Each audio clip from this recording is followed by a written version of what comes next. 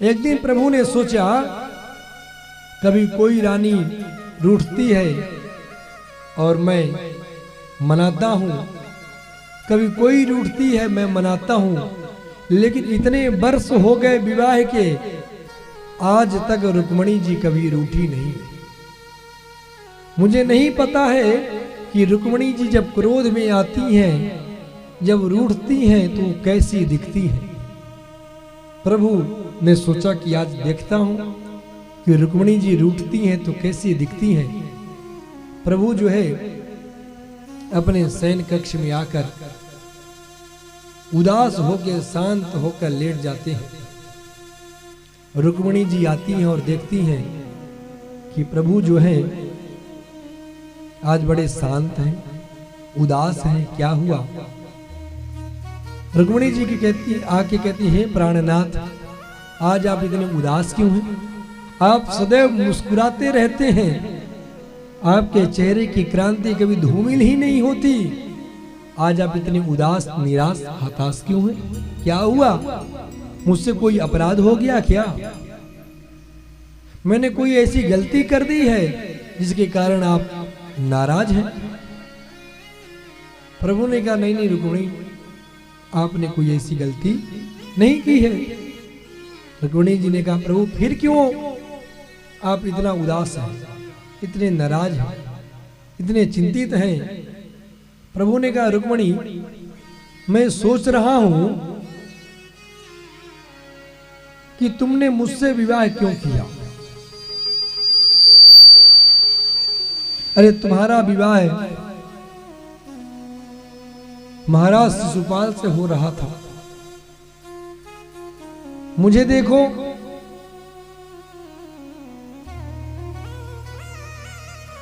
मैं मथुरा को छोड़कर जरासंध के डर से समुद्र के टापू में निवास करता हूं। अरे तुम्हारे ऊंचे खानदान में तुम्हारा विवाह हो रहा था, बड़े परिवार में तुम्हारा विवाह हो रहा था, लेकिन मेरा देखो, न मेरे मैया बाप का पता है, न मेरे खानदान का पता है। प्रभु ने हर बात पर अपने को छोटा और शिशुपाल को श्रेष्ठ ठहराया, लेकिन रुक्मणी जी जो है वो शिशुपाल से नहीं भगवान कृष्ण से प्रेम करती हैं। और सच कहें प्यारे, जिससे प्रेम हो जाता है, प्रेमी के हर अवगुण भी गुणों में बदल जाते हैं।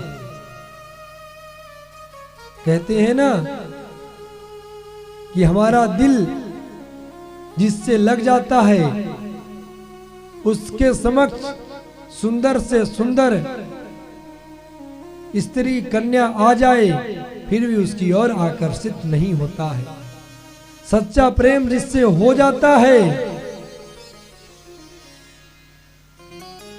वो तन की सुंदरता को नहीं देखता है, क्योंकि मन की जो गति है वो मन की है, मन की गति प्रेम की है, प्रेम की गति तन की सुंदरता नहीं है।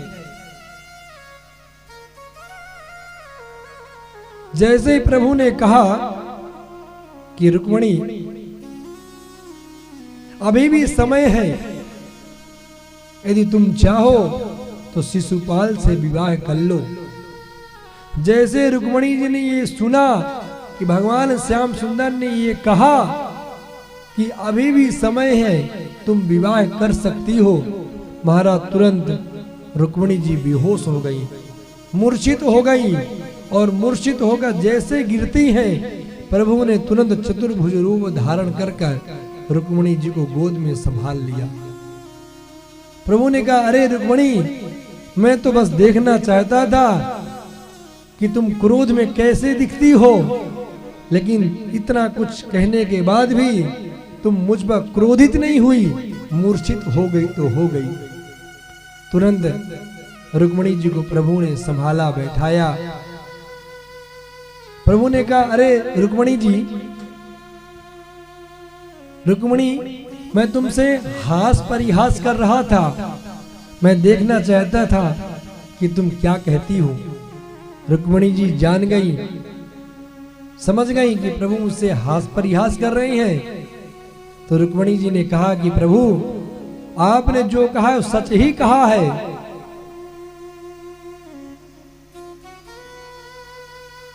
प्रभु ने सोचा कि अरे अभी तक मैं रुक्मिणी जी से हास परिहास कर रहा था, अब रुक्मिणी जी मुझसे हास परिहास करेंगी क्या। प्रभु ने रुक्मिणी जी से कहा कि रुक्मिणी जी आप हास परिहास करेंगे मुझसे। रुक्मिणी जी ने कहा नहीं नहीं, आपने मुझसे हास परिहास किया लेकिन मैं आपसे नहीं करूंगी, और आपने जो मुझसे कहा वो हास परिहास नहीं है, वो सच है। बोले क्या सच है? क्या मेरे मैया बाप नहीं है? मेरे माता पिता का पता नहीं मालूम?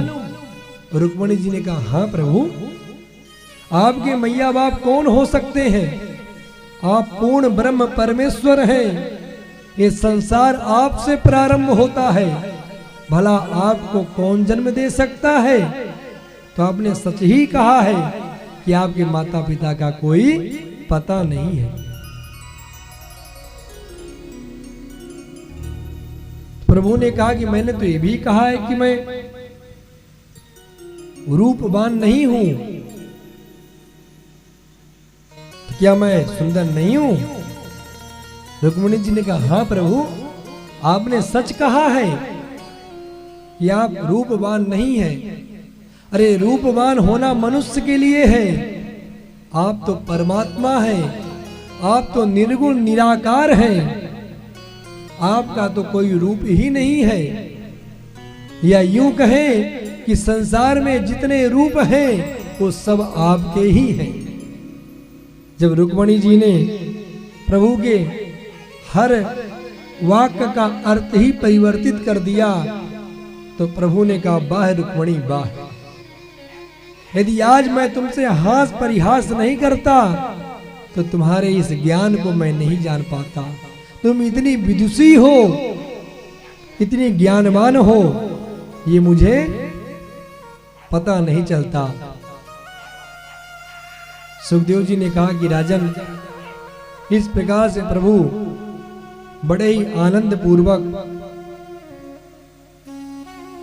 द्वारिका में अपने संपूर्ण परिवार के साथ विराजमान है। सुंदर सुंदर गृहस्थ लीलाओं को प्रभु कर रहे हैं।